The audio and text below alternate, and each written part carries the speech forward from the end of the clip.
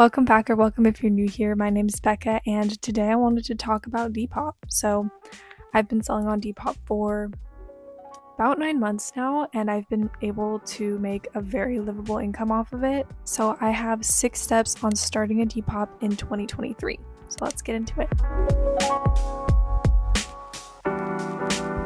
So step 1 is just going to be to download the Depop app and create an account. I really like the desktop version too, so I would super highly suggest getting used to both the app and the desktop version. And during this stage, I would really just go and look at who's posting on Depop, what they're posting, getting a feel for the really popular posts, mid-level posts, and also looking at the posts that aren't doing super well, because you're going to get more ideas on, or I guess you're going to get more inspiration on how you might want to take your pictures or do your posts. And also when you are in the app and you're interacting with other profiles and items, it'll also help you in the long run too by following those people and liking their things, and it'll just help boost your own profile. So step 2 is creating a bio and shop policies. These are super important if you're going to be selling on Depop long term, if you're trying to start a business out of it. People are going to have a lot of questions. Are you selling internationally, or are you only selling domestically? Do you offer bundle discounts?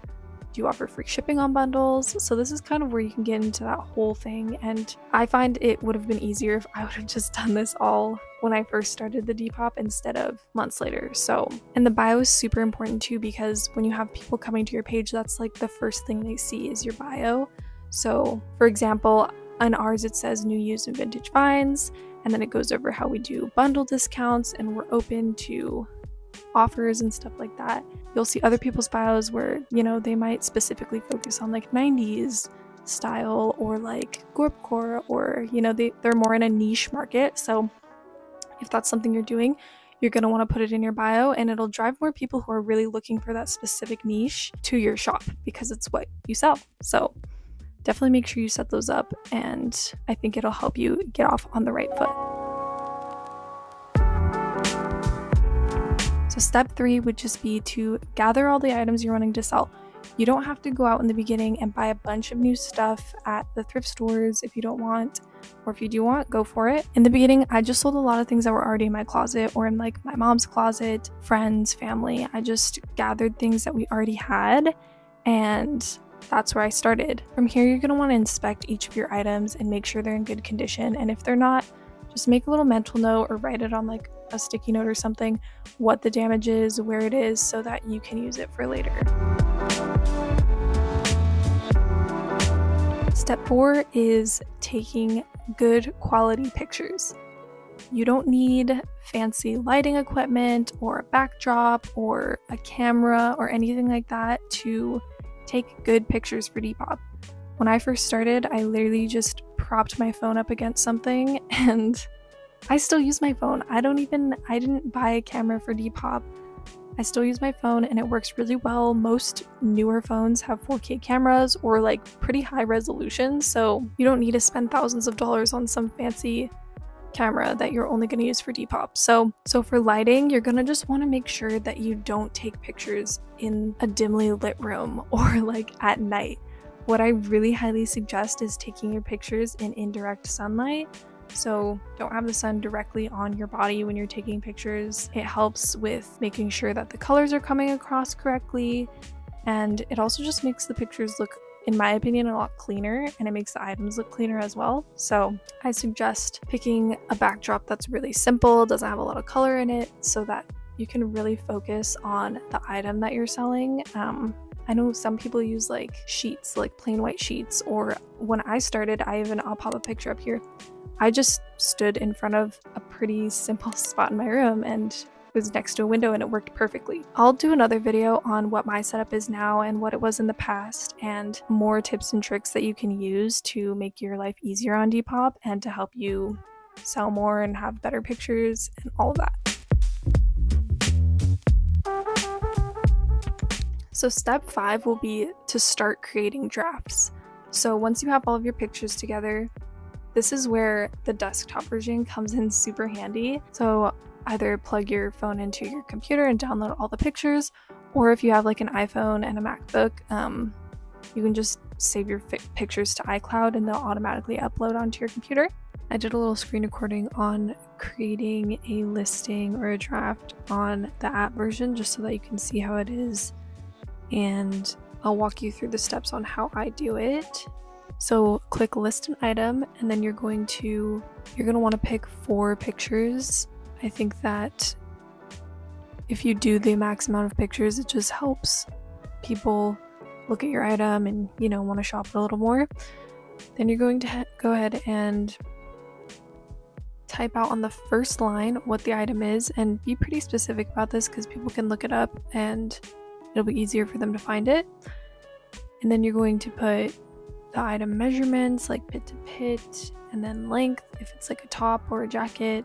And then you do obviously like waist and seam rise on bottoms. And then if you're comfortable, I would suggest doing the model measurements. I really suggest, if you're going to be posting on Depop, to use yourself as a model or use like a friend or family member, because this helps, you know, like if I'm shopping for something, I want it to be on somebody. It makes it easier.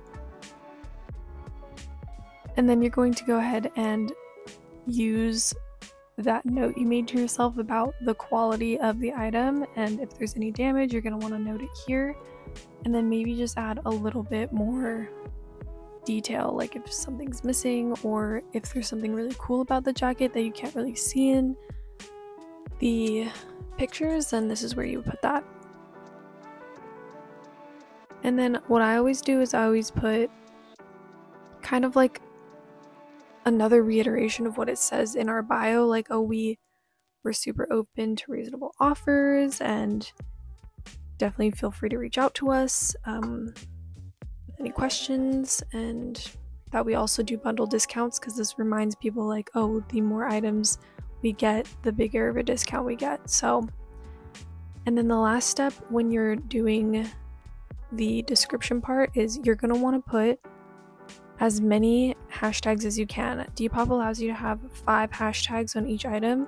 You're going to want to do those because it'll optimize in the search engine your item. So if someone's specifically looking for streetwear, put streetwear in there and then your item will pop up, and yeah, it'll just help you out. And then you're just going to go through all of the categories, typing in all the info, picking like what kind of jacket it is, yada yada. You'll go through all these, and yeah, just make sure it's accurate. Like, if you don't know if it's real leather, don't put leather in there.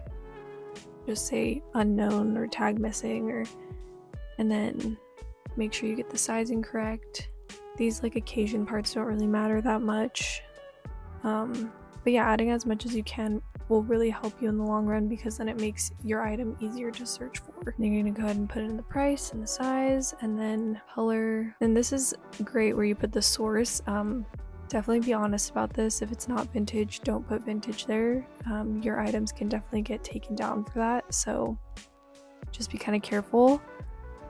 Going through and picking the styles, fun. They have so many different options, so they let you pick 3. And then once you get to shipping, this is really important. You don't want to, like for instance, I clicked large there. You don't want to click anything that's less than what you're actually shipping. Make it accurate. So yeah, that's pretty much it. And then you just save to drafts and then you're done. So once you're at this stage, this is where you're going to want to draw back that mental note you made about the damage in your items, and you're really going to want to make sure that you include that and be very transparent, because nobody likes getting an item and it's damaged, and it's just frustrating that the person didn't note that in what they were saying, and like the price didn't reflect that. So just make sure you're very transparent about it, because getting negative reviews can really bring your Depop down quickly. So just make sure you have all of that squared away and it'll be easy for you. So the final step is, once you've created your drafts, you're going to start posting. My biggest tip on this is to be consistent. So say you have 50 drafts ready. Don't post all of the 50 drafts in one go. Maybe do like 5 every 3 days or something, and then that'll give you 10 different posting batches that you'll have, and it'll make it a lot easier for you. So consistency, I think, is really key on Depop, especially as you get more followers. They're going to want to make sure that they're seeing more of your stuff, and the more consistent you are, the more followers you'll get.